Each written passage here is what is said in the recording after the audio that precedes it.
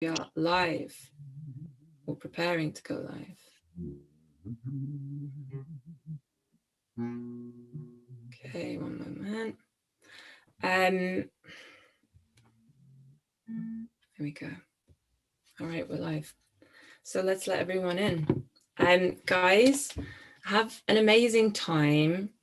Take your time. These are short pieces. Really take your time, enjoy it.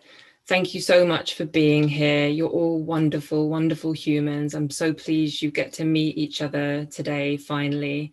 And yeah, I'm excited to keep working on it all with you. So we'll have some time to chat afterwards.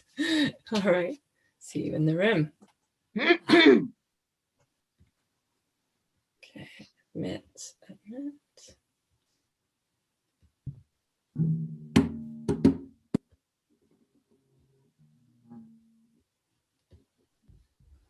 Of people. There we go. Where are they? Probably all turning their cameras on.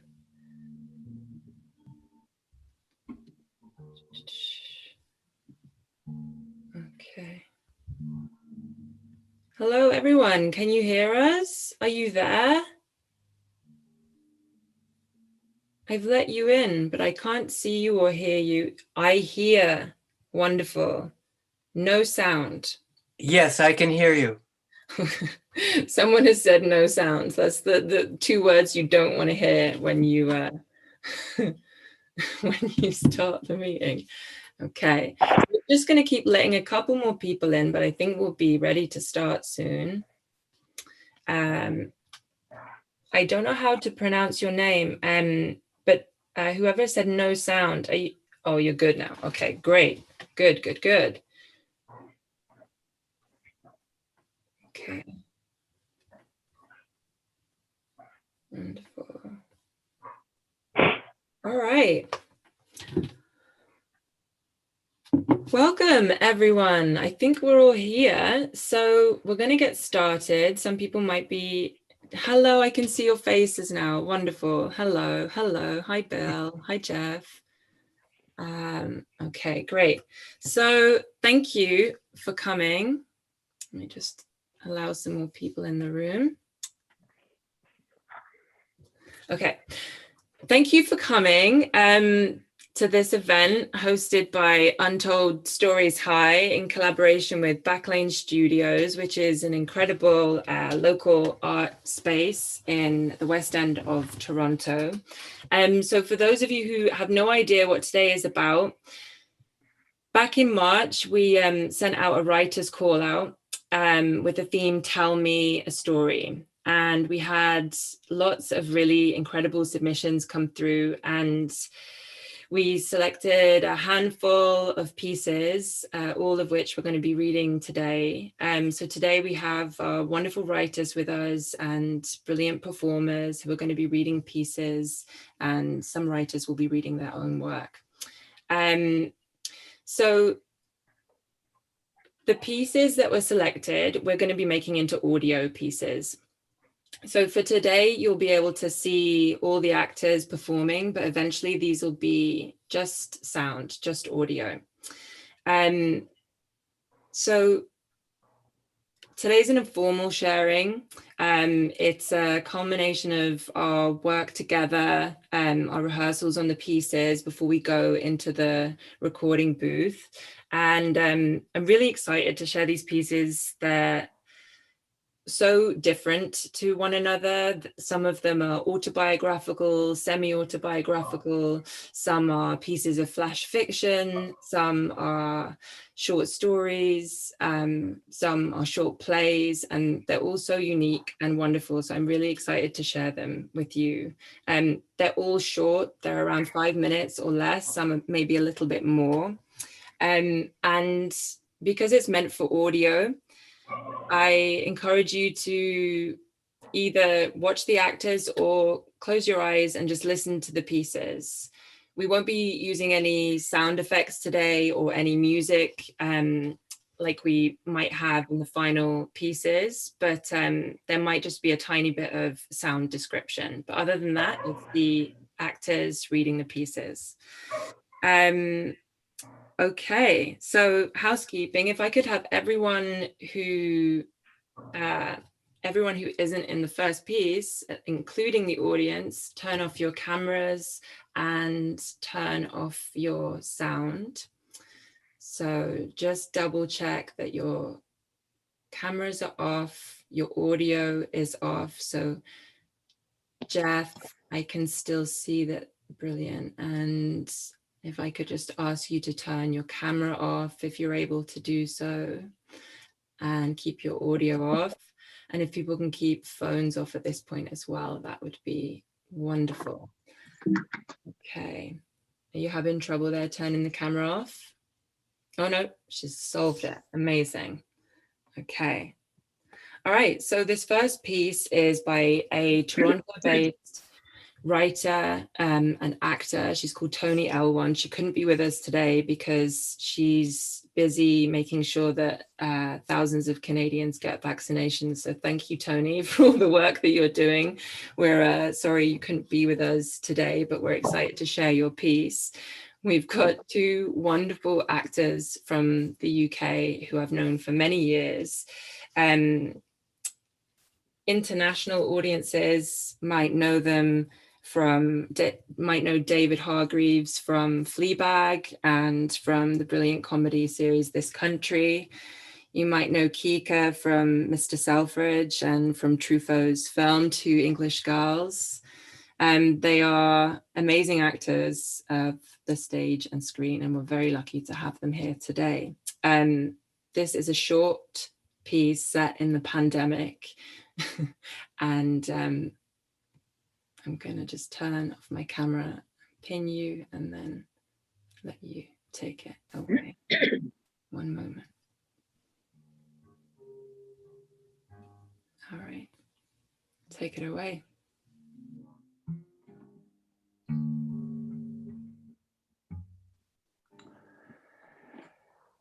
Knitting another mask.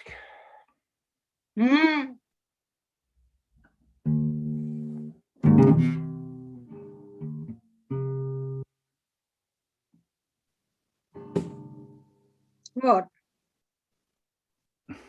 What? I thought you spoke. I think I sighed.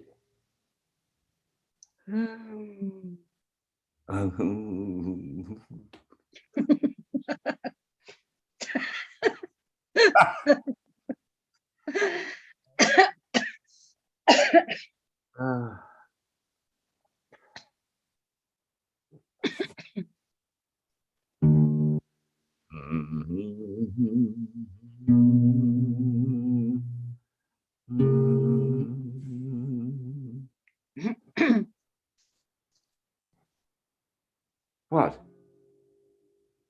What? I thought you spoke. I'm just clearing my throat.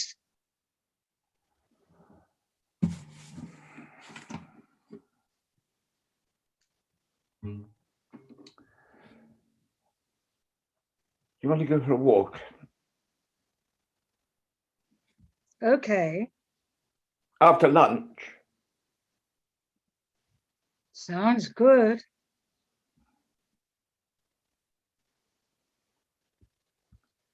We'll need to get some groceries soon. Really? They didn't order online. Forgot. I know. How long can we stretch it? I'm not sure. Not long. A day? 2 days? What? I don't know. Look in the fridge, in the cupboards. Yeah, fine. Will do.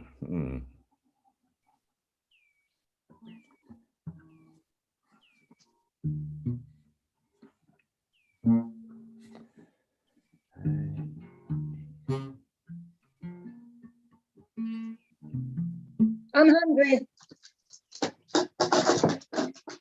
You ate breakfast. There was no breakfast. Well, breakfast is overrated. What's for lunch? Oh, I saw a tin of anchovies in the fridge. That was our dinner. All right. Oh, I forgot. How could you forget? I don't know. I was busy.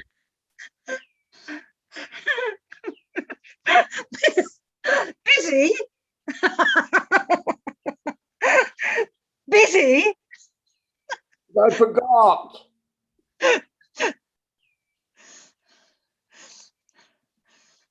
Well, we'll have to go shopping. All right then. What are you waiting for? Yes. What are we waiting for? Do you have your mask? And of course I have my mask. I always have my mask.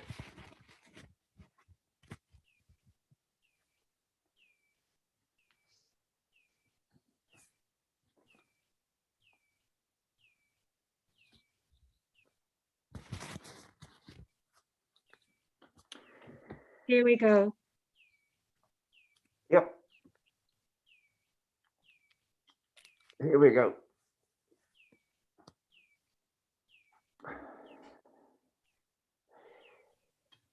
Amazing. Thank you so much.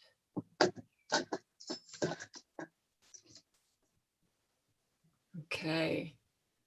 Let me- I'm going to Should I turn off my thing? No, I'm going to watch. There you go. We Sorry, mute- trying to remove. There we go. Thank you so much, you two. So for this next piece, we're going to welcome on Lisa Randall.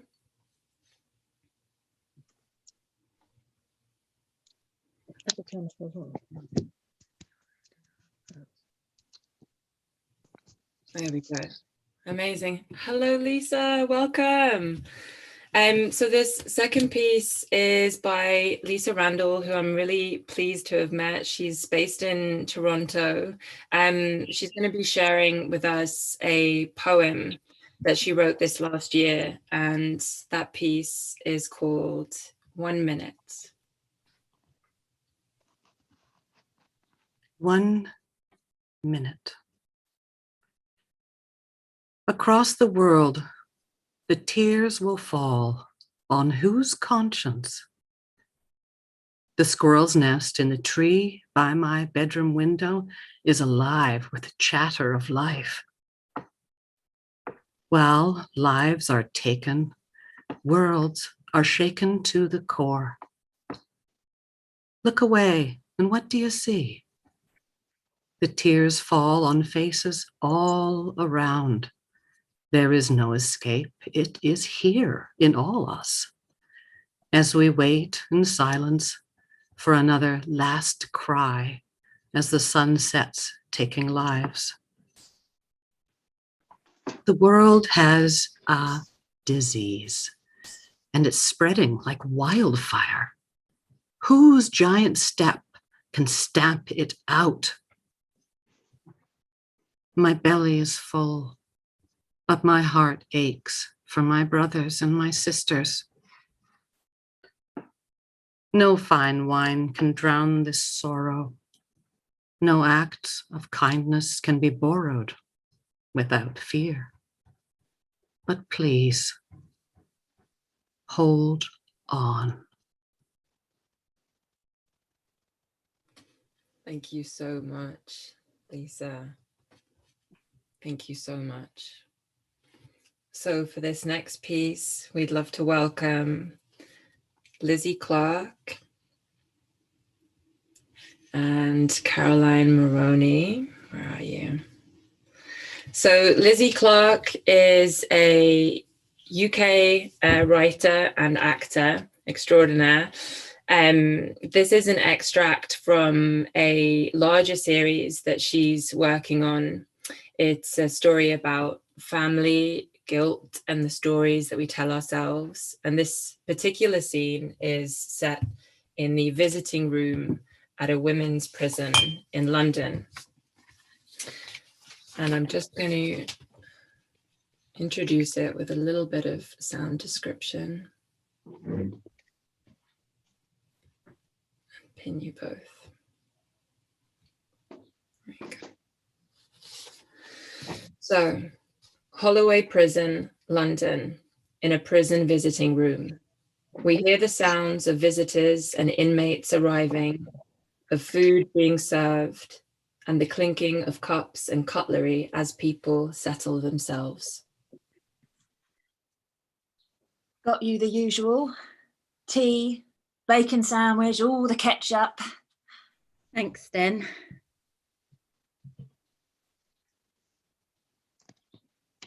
Cheers. Sorry it's been so long, my love. You look well. Where's Mia? She couldn't come. Sorry, darling.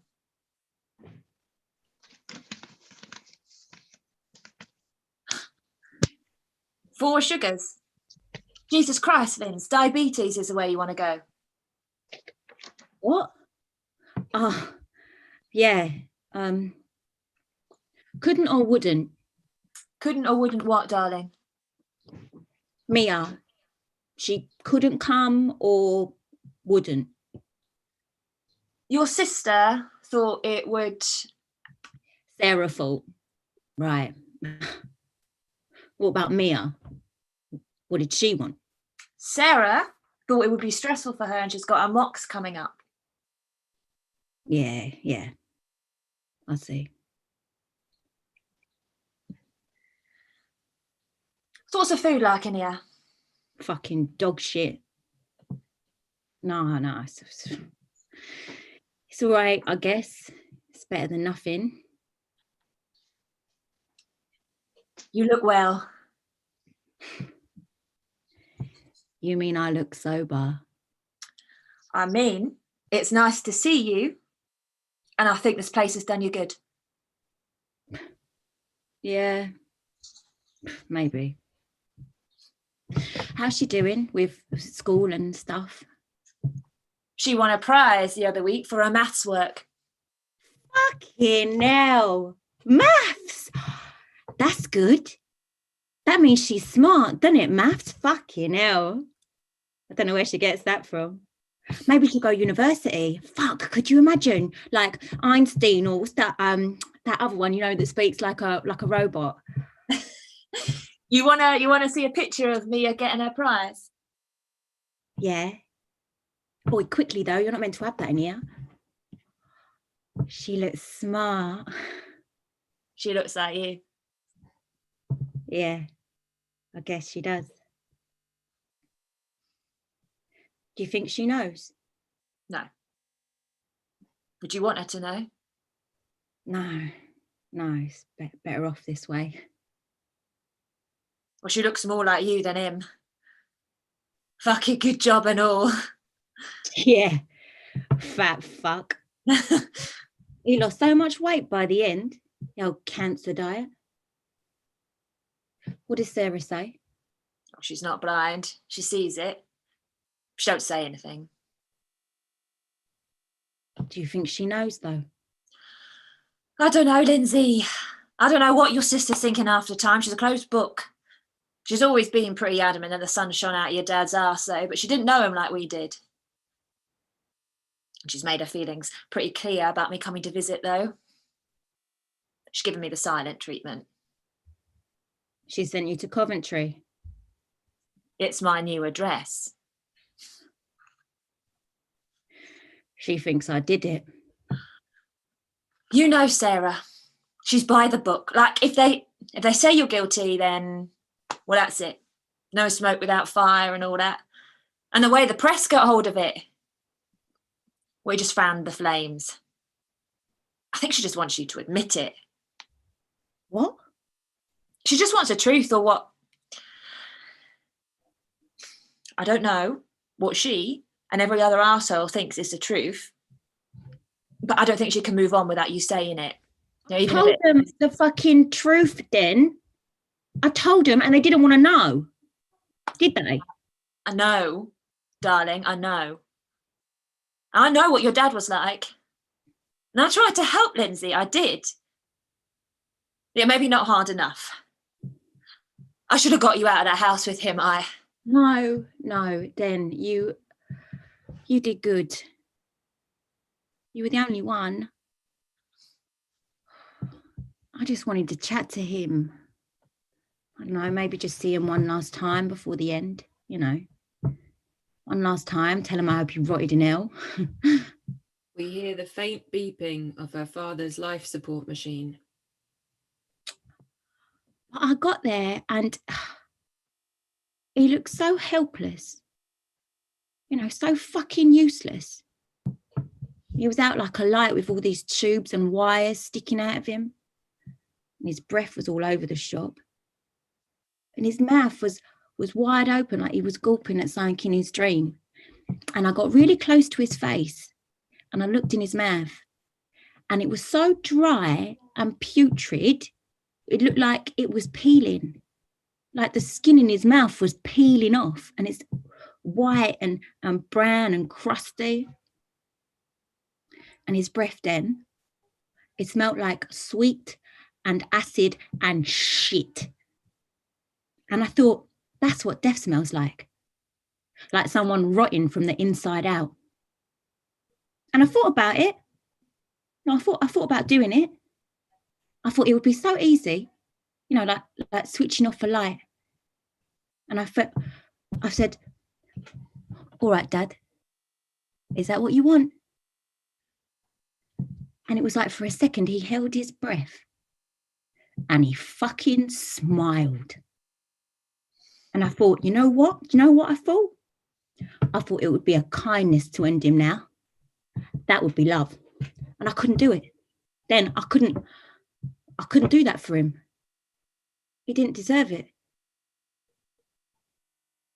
I know, darling, I know.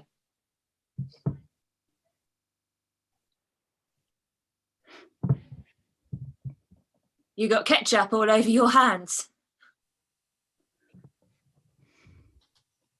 We hear the beeping of her father's life support machine increase rapidly until the flat line is heard. The end. Thank you so much, you two. That was amazing. Okay. So, welcoming next is Toronto-based writer Polly Fokayev and actor Nathan Carroll. There we are. 1 second, I'm just going to pin you. There we go. Hello. Amazing. So yeah, Polly's piece is a piece of flash fiction. And for those of you wanting to read more of Polly's work, you can Google her name and Toronto Star, and you can hear a piece of hers called Stalwart Island, which just won second place of the Toronto Star Short Story Contest, which is a big deal. Thank you so much, Polly. I'm really excited to share this piece of yours. It is called Johann the Fish. And we'll let Nathan take it away.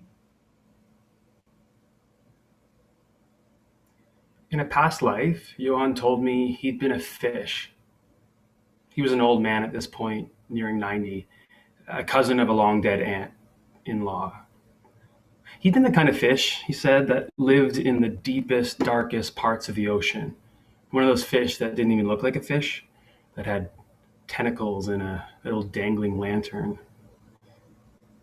I lived for 10,000 years, he said, rocking back and forth in the wicker chair, and no man ever once laid eyes on me. I hadn't known him younger than 80, but sometimes on our glacial walks around the koi pond, a certain ray of sun would hit him in a certain way, and I'd think, damn, this guy used to be smoking hot. Great jawline. I asked if he had pictures, and sure enough, in the grainy shots of him raising barns or some other such old-time activity, he had a rock-hard bod, like incredible pecs, quads of steel. You could tell right through the lederhosen. I wondered if the whole fish thing was some kind of religious reckoning, like he was trying to believe in reincarnation now that he was seconds from this life's end. Or maybe he was, in his way, telling me that he was lonely. I was basically the only one left who would visit.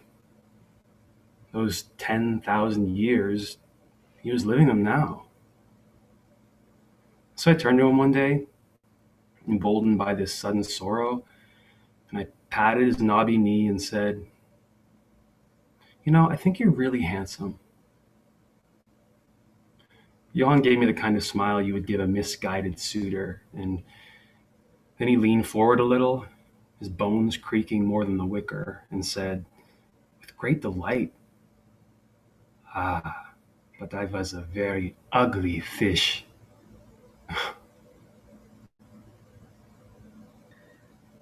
Thank you so much, Nathan. Thank you so much. Okay, we're going to welcome on next Joanne Shimotakahara.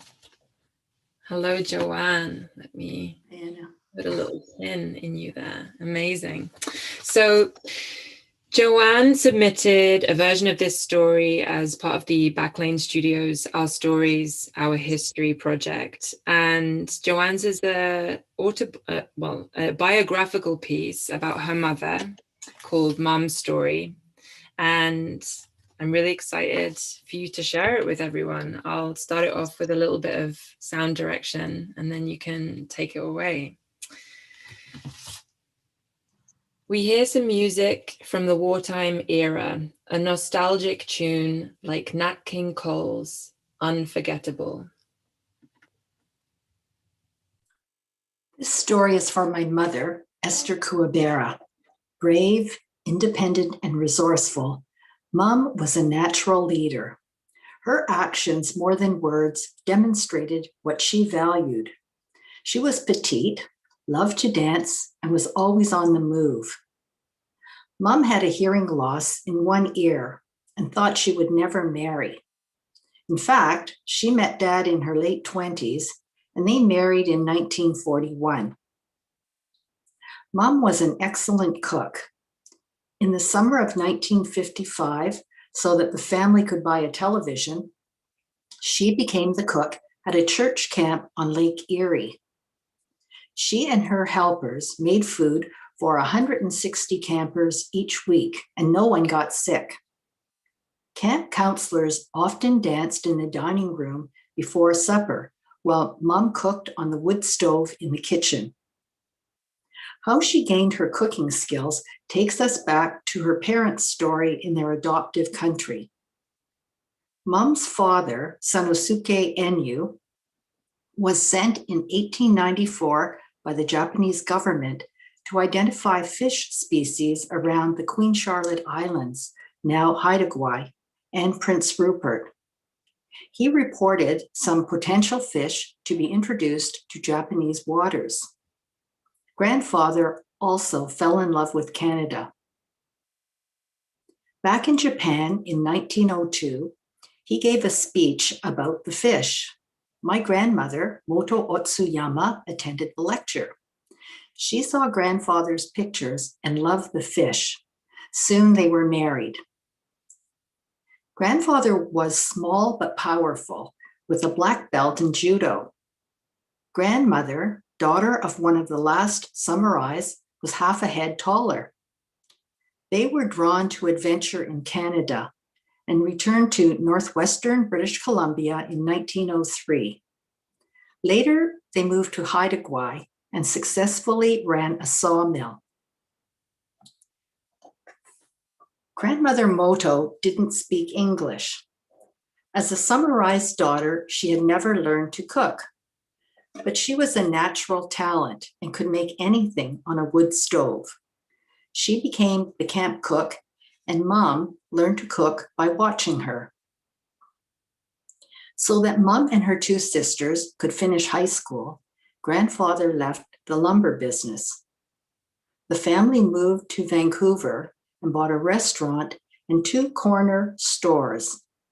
Mom managed the business in the 1930s. Grandmother Moto's skills and recipes helped Mom and her sisters make delicious meals, including bread. Customers lined up to buy bread for 25 cents a loaf, much higher than the usual price, a testament to the talent of Grandmother Moto and her daughters. During World War II, the Canadian government bent to racial discrimination and declared Japanese Canadians enemy aliens. 21,000 Japanese Canadians lost their civil rights, homes, and businesses. From 1942 to 1945, they were interned in camps in the interior of British Columbia. History showed no justification. After the war, the Kuwaberas settled in Hamilton, where Mom did much more than cook. She looked after her mother-in-law, Dad's younger siblings, and her own 3 children. She also worked outside the home as a seamstress. Mom lived an extraordinary life. By many examples, she gave my sister, my brother, and myself confidence to do whatever we chose in our own lives. I think of Mom often in happy and hard times and feel uplifted by her sense of humor and strength of character. Like Grandmother Moto, Mom was truly unforgettable.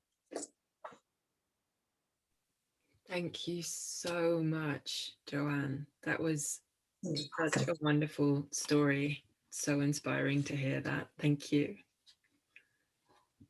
So our next piece is by a Toronto-based writer.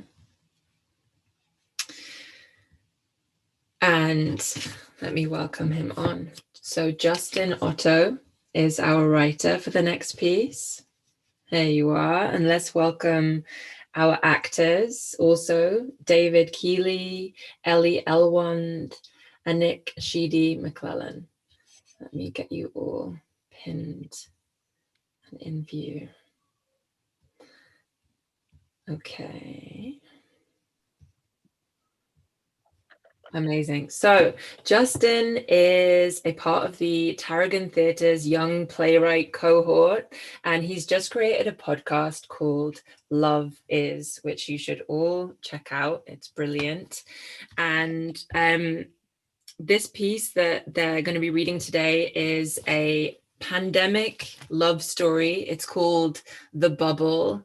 And it's absolutely wonderful and whimsical and nostalgic. And I can't wait for you all to hear it. Okay.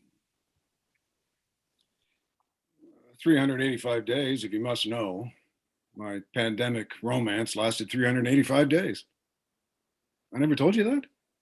Yeah, I spent nearly the entire outbreak with a woman, and then one day, whether we were vaccinated or things seemed safe, I'm not sure which came first, the whole thing just came to an end.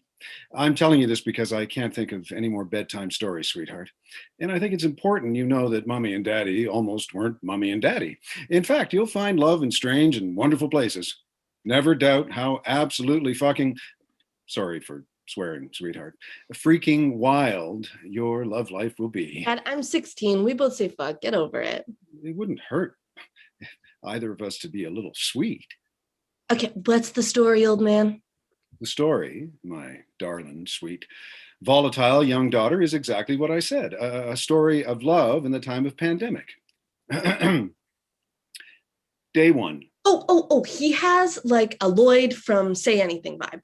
Lloyd, you understand you're talking about your father. Come on, Dad, I've seen pictures. You had like a young John Cusack thing. Compliments will get you everywhere. And what do you have in mind for the woman in our story? Oh, she has a Sally, like great hair, smart, when Harry met vibe. Our scene begins in a coffee shop. Outside. Outside, ugh. Well, That's where it happened. I'm sorry, the truth isn't riveting enough. for you. Outside. Okay, outside works. So traffic sounds. The park in the background marked by the CN towers poking into the clouds. All the streetcars are late. Nothing new there. The city is in bloom. It's that time of spring where no one knows quite what to wear. A little piano. He sees her struggling with the jacket she no longer needs. His opening. Are you finished? Action. Hi. Hey there. Do you have like a bubble? Masks. You're starting with a mask bit. What? We wore masks. Remember, we couldn't get our air particles in other people's mouths and noses to keep you wet to yourself. And the masks would get wet after a while, like nose and mouth bits. Dad, come on, gross. No, I know you had masks. My generation speaks in images. Actually, ours did that. Shut up. Shut up and tell your story. And then I said, It's my first time out of the house in 22 days, and you were beautiful. He takes a step closer. shh. 6 feet, bucko. Oh, sorry. Shit, sorry. Yeah, you could get me into a lot of trouble like that. No, of course. Stupid. 6 feet. First time outside, and it's like, oh, hi, look, you're pretty. Beautiful. Right. You said beautiful. Beautiful. Yes, I did, didn't I? God, John, you're beautiful. Jeez, how about this weather? Can I stand right next to you? So dumb. I'll just walk into traffic, call it a day. April. Like the month. John, like all the other Johns. Piano begins to overtake us in a love at first sight kind of way, closing the gap one step at a time. When they are close. Oh, is this one of those kissing stories? You're 16. So no, then. No, so yes. Ooh, ooh, I mean, ooh, ew, ew. Let's jump ahead. We had coffee that day and the next, and then we bubbled up. Day 60, in bed, both breathing hard after, well, you know. Dad, rain outside.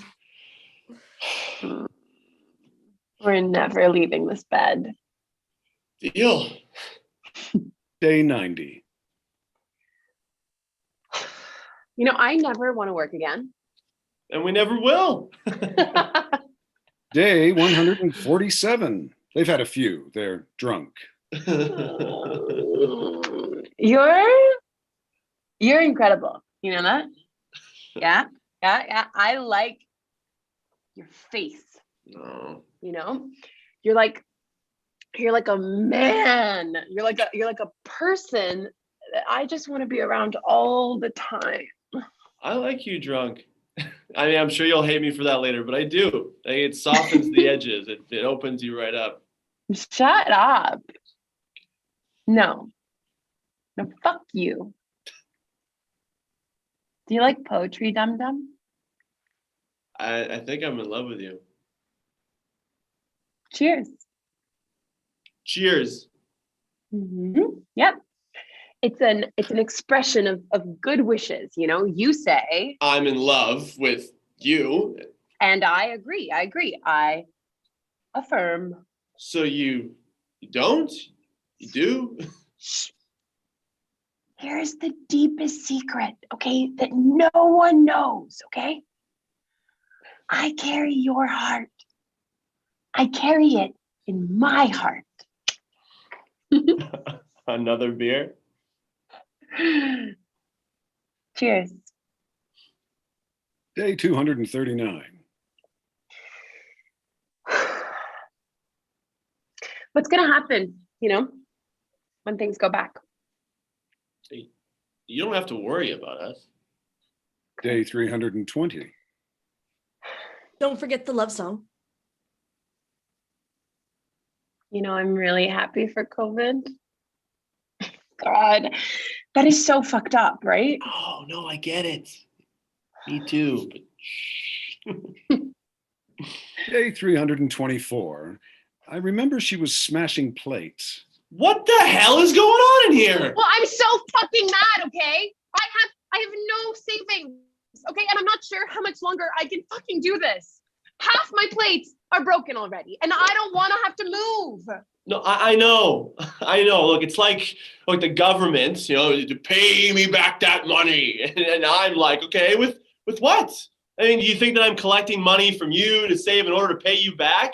How about let me get a job and you'll have your money. That is actually my money. It's as if your mom gave you lunch money every day and then turned around and asked you for all that money back. It's like, Mom, I hate to break it to you, but I bought lunch with that. And I'm 11. Look, I'm just really scared of being poor. I crossed the poverty line again, okay? I fucking hate money. Yeah, it's because we don't have any. You didn't break all the bowls, did you? Day 385. That same romantic piano. They both look nervous. Dad? Vaccinated? Vaccinated. Freedom. Yeah, back to normal, I guess. It's exciting. So awesome. Can I be honest? No. Of course, go. I'm really scared. Pussy. Look, I don't even know how to go back, okay? So we don't. Okay, so we don't. I'm gonna go meet some friends in a bit. Yeah, I have to help a buddy move. There's a case of beer in it for me. See you later. Goodbye. Bye. Hey, cheers. The traffic sounds fade like a memory.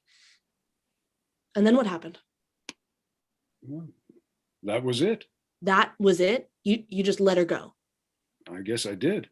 God, Dad, don't ever tell Mom that story. Good night, dear.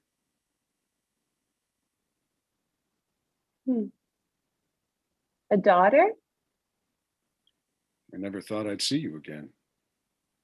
Surprise. And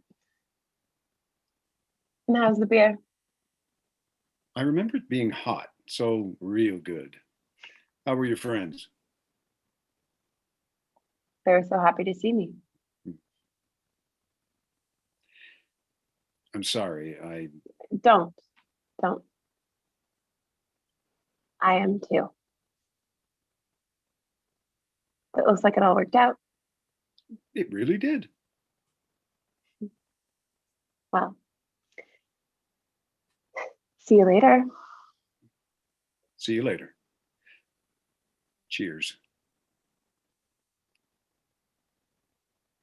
Cheers, you too.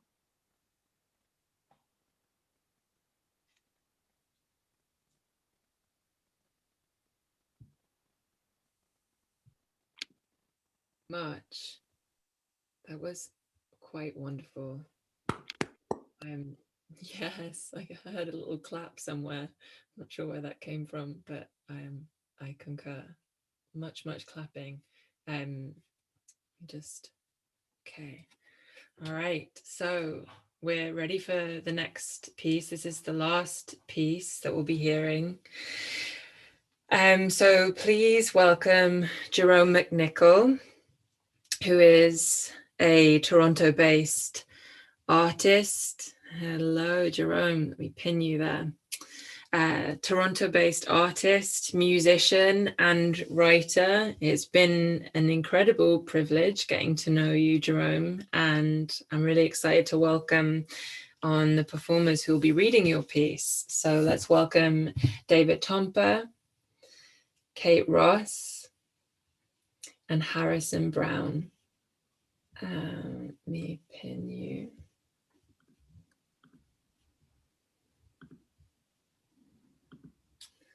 Okay, so This piece is a semi-autobiographical piece written specifically for audio, and it's called Leo, an Ending.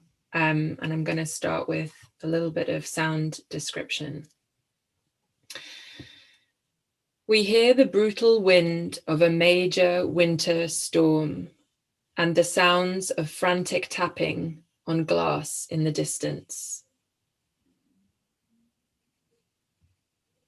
It was 12:20 a.m. on a Saturday night, late February 1955. I couldn't sleep. The wind was so loud and talkative.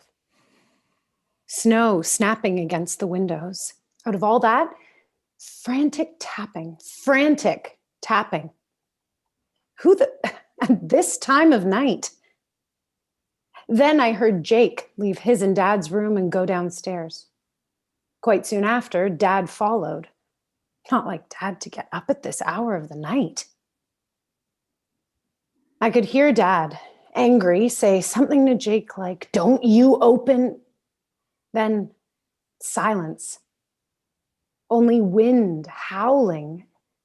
Seemed like a long time. I couldn't figure out what Jake and my dad were doing. All that silence. The tapping just kept on. Seemed louder than ever. Then I realized it had to be Leo trying to get back in the house. I looked across the room to see Mum sleeping. She didn't move. She was either dead to the world or faking it. She probably knew. Uncle Leo goes away on some big adventure, loses, then comes back mooching. It's always the same thing. And soft-hearted Mom finds a way to get him on his feet. That's when he's ready to take another run at jumping over the Grand Canyon. It was a frozen orange juice factory last time. God. All those times when Fish and I would follow him down to the lake, find him up to his waist in black, icy water and moonlight. Black, icy water and moonlight. We'd plead with him not to end it. What did we do to deserve Uncle Leo? I was late getting home, snow already a foot deep, wind raging as I got to the end of the walk leading to our front door. Snow so heavy I had to squint to see anything. At our glass-paneled front door, I saw a figure tapping feverishly. It was Uncle Leo, back again. He had been living on and off with us for several years, ever since he got out of jail for selling phony stocks here and in the States. Edward G. Robinson had been one of his illustrious, unfortunate clients. I started plowing forward when I saw a figure through the glass panel door, just standing there, not moving.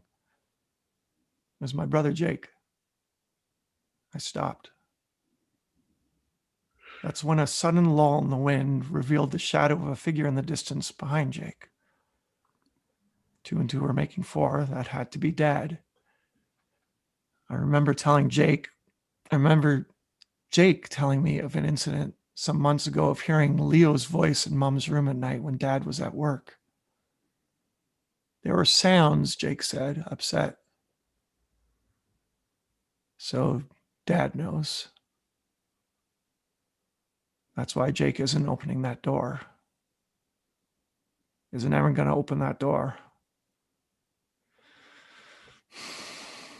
Isn't ever going to open that door. I could see Leo giving up. He turned to leave. I ducked behind one of the 2 tall spruce trees guarding the entrance to our house. There's nothing I could do now for Leo. Gripping his suit jacket, he headed down the walk, trudged past me, face stony, eyes nearly closed, blinded by freezing wind. I watched as he pushed his way through the heavy snow to the streetcar stop at the corner of Lakeshore Road and the short dead-end street that leads to the lake, where for years Glenda and I would follow a weeping, grieving, intoxicated Leo bent on drowning himself. He would strip down to his undershorts and wade out into the cold waters of the lake. We would stand on the stony beach chanting, "We love you, Uncle Leo. We love you." We love you, Uncle Leo. We love you. We love you, Uncle Leo. We love you. We love you, Uncle Leo. We love you. you.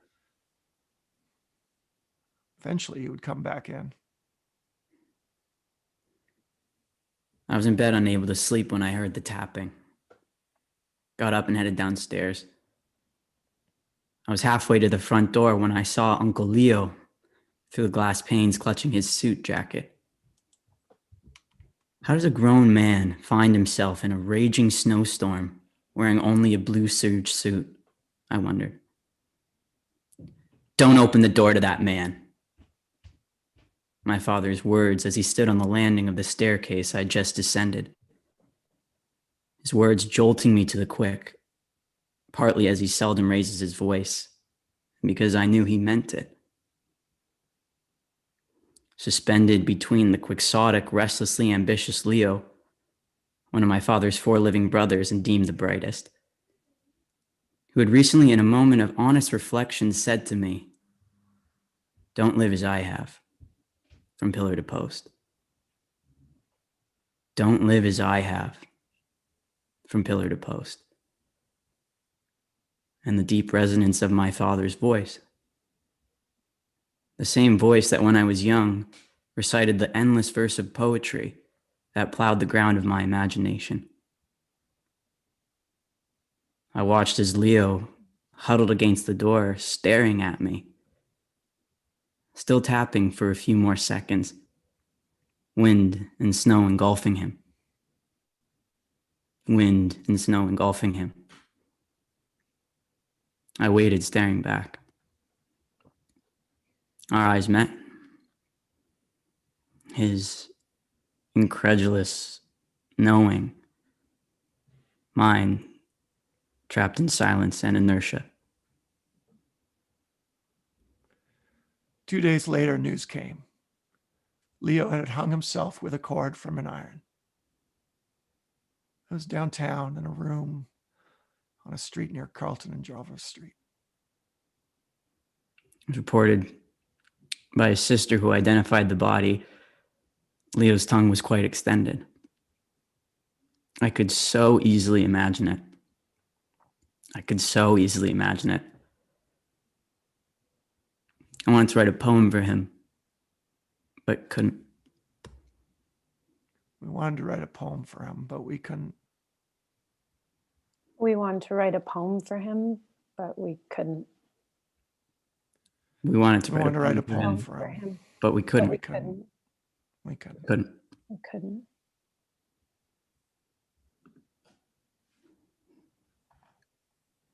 Oh my goodness, thank you so much. Can I welcome everyone back on screen, please? I would really love for everyone to turn on cameras and to turn on sound, audience, cast, everyone. And round of applause, actors, bow as best you can in your seats. You're all incredible. Oh, clapping through Zoom. It's almost the same as the real thing.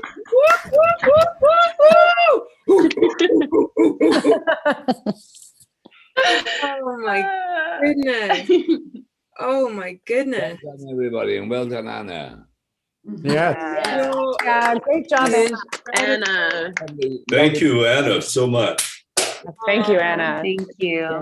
It's my pleasure. I really didn't know how this would all work. It's my first time doing this kind of thing, and I'm just so humbled that you sent in work, that you, the performers, have given your amazing time and talent. Like, I really appreciate that you sent your work in to a complete stranger. I didn't know probably 80% of you before this project started. So I met you all during the pandemic, pretty much. Like, that's kind of amazing. I only know you from online. I mean,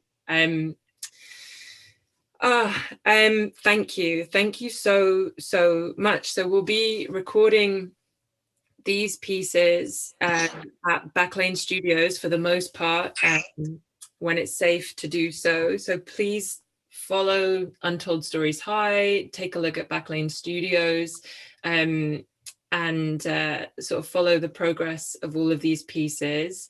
And if you love these writers and you love these performers, please follow them. Most of them have social media of some kind or a website. Give them a follow, like keep in touch with them, tell them that you think their work is brilliant. It's really nice to get feedback about your work, especially during this weird time. So don't be shy. Reach out to people and tell them how wonderful you think they are. It makes a huge difference. Thank you everyone who came to listen today.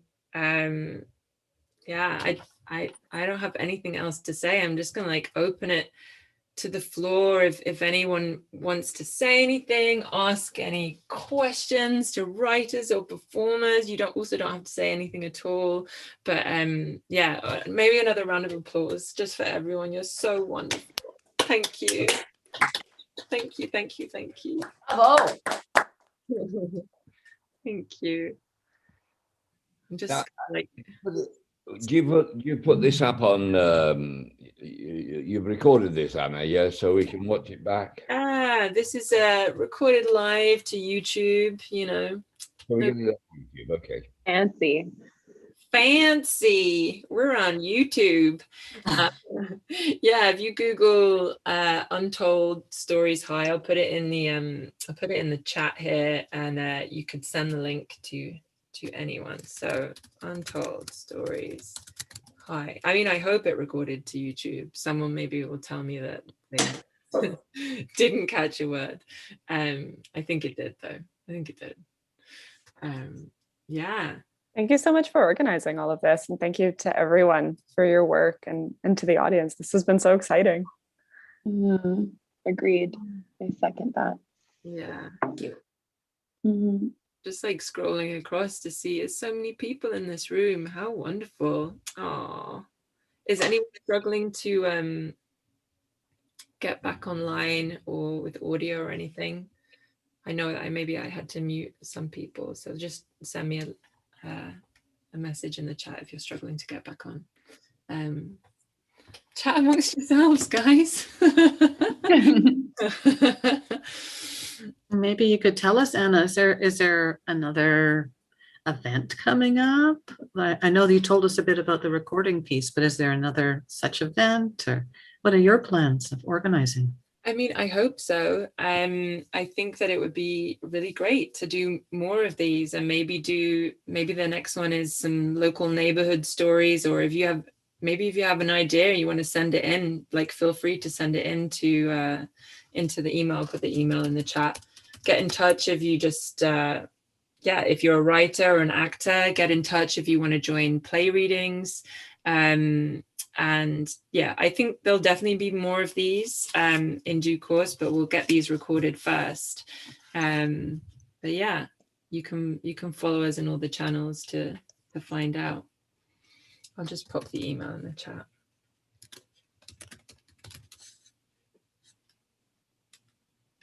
Here you go.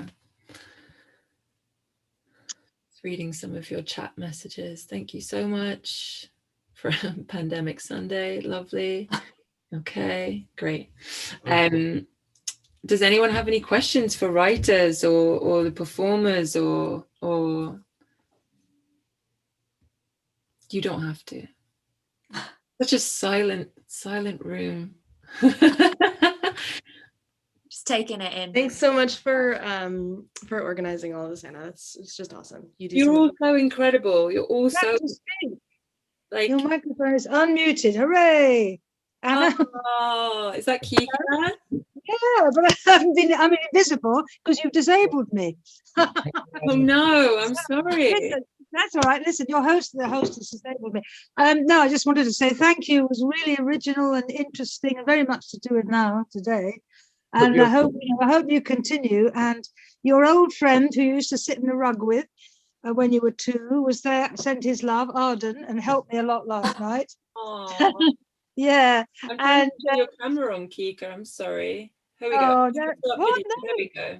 No, it was really good. I was very moved by, you know, the material, and it was great, Anna. So, you know, well done. I'm sorry I was such a shambles to begin with, because I can't get used to the technology. I just can't get it because I'm old. But you know, It was anyway. shambles. So, It was fantastic. So you know, that's what I have to say. That I was really proud actually, and it was brilliant. And that's all. And see you and talk to you soon. Stay in touch. And you're with my agent. Did Andy see it? We're both with the same agent. Did Andy see it? I don't know if I sent Andy an email. Whoops. Oh, because he's well up there. I tell you, Andy Herity, your agent. Yeah. He's on YouTube. Send him a link. Yeah. Okay. All right, love. Well, look, that's enough. I've got to. You're so Where welcome, did Kika. Thank you. I've got to go now. But Where I did want you just. Sorry. Oh, she's gone. what? You're on video. Nobody can see you, dear.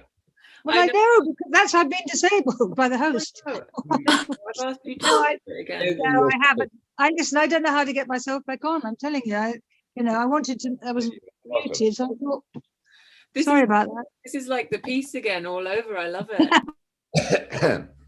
You're there. Kate. Great. There you are. We have I to can't do, get.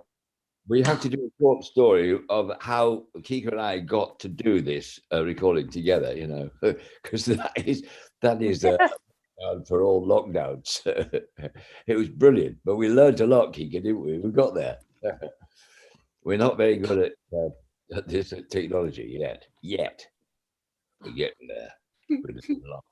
So it was yeah, it was great fun, and we learned a lot. It's true. We didn't. Yeah. I don't know how to get. Well, you're on screen now, Kika, so we can see you. Yeah, it's good. You're on, and it's lovely to see you. Yes, nice to see you too. Yeah. Hi, David. Hi, Kika. That's Bye-bye. from Elsa. That's from Elsa, by the way. Oh, Elsa, where is Elsa? Oh, Elsa. My sister Hi. Oh, in Elsa. London. This Anna, I is love your glasses. Thanks, Anna, babe. Anna's sister, the wonderful 2 sisters. You're going to write a play about it, I think. You know, they go to Moscow. No, maybe they go I think there's a really good story about maybe 2 sort of Scandinavian type sisters that sort of live on an island with one of them can sort of turn anything into ice. I think there's something in that. Maybe we could. What do you reckon, Anna? Yeah, I think we call it Frozen. Yeah, that's a good idea. Let's do that. In case you don't know, we're called Elsa and Anna, like the Frozen princesses. Yeah. So, They pinch it off you, don't worry. well, Exactly. maybe now is a good place to sign off. I think you're all wonderful. I'll be seeing you soon. Thank you again so much. Well done, Anna. Thank Well you, done for bringing everyone together and doing it. My pleasure. Have wonderful Sundays, and thanks for all the comments. Thank you. Such sweet comments. Yeah, have a gorgeous day, and I'll see you all soon. You're all wonderful. I love you all very much, and yeah, Love you too. being creative. Thank you so much. Bye, Anna. Bye. Everyone, well done. Bye. Bye, David. Bye. Anna, bye.